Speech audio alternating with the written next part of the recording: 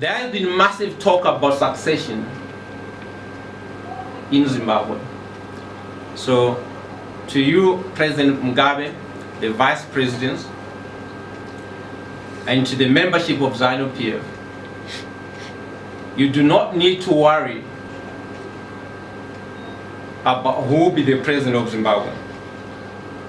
You can worry about the succession in Zanu-PF, but come 2018, do not worry who is going to take Zimbabwe and use all the good foundations that has been there to better heights, because I'm here. So that is the clear message, that any worries must be within the party. But from a national perspective, I think we do have lots of Zimbabweans who can take Zimbabwe to better heights.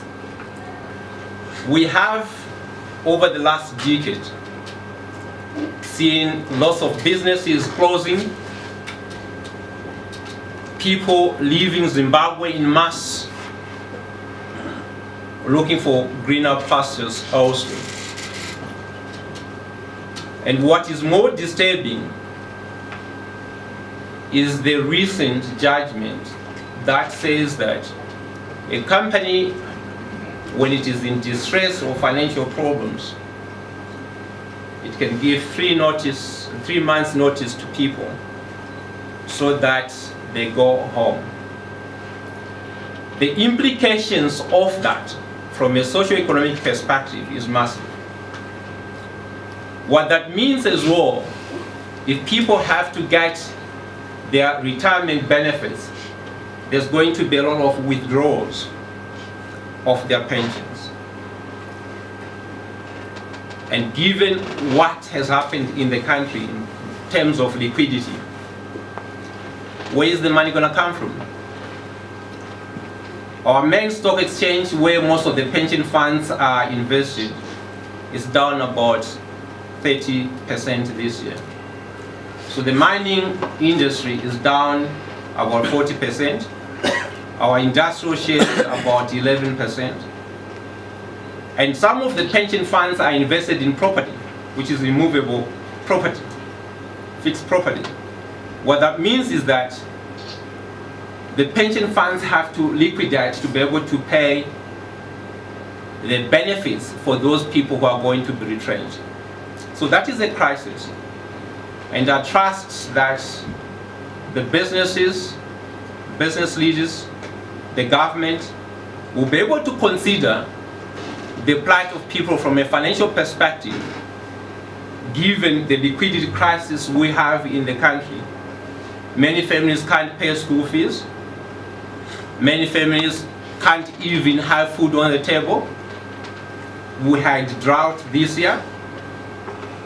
So I think those are really key issues we need to be able to consider before we take any drastic actions or decisions. The second thing I want to discuss with regards to the socio-economic status of the country is the community share option schemes. That has never worked and it will never work. That has not worked in South Africa, in the mines in Rustenburg, where people have been dying just trying to get a decent living wage.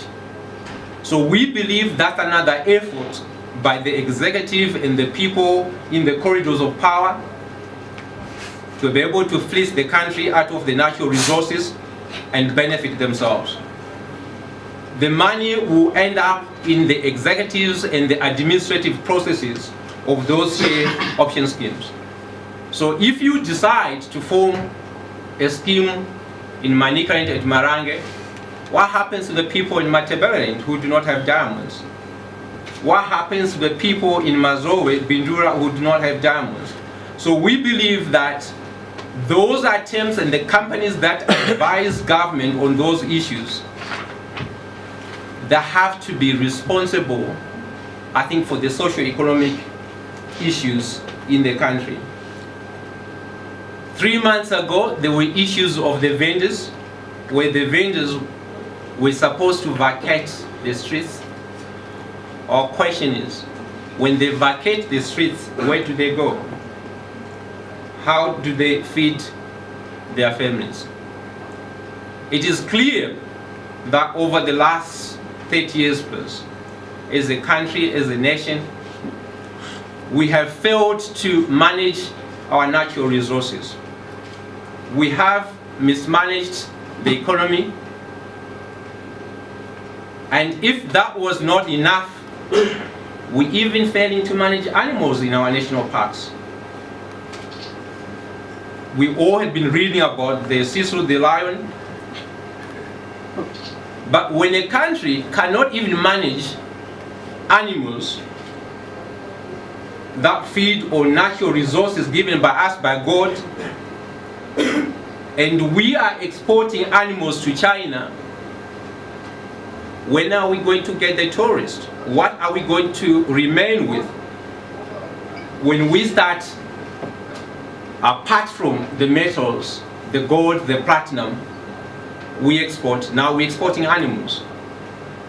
This is a very sad state, and I think I call upon His Excellency President Robert Mugabe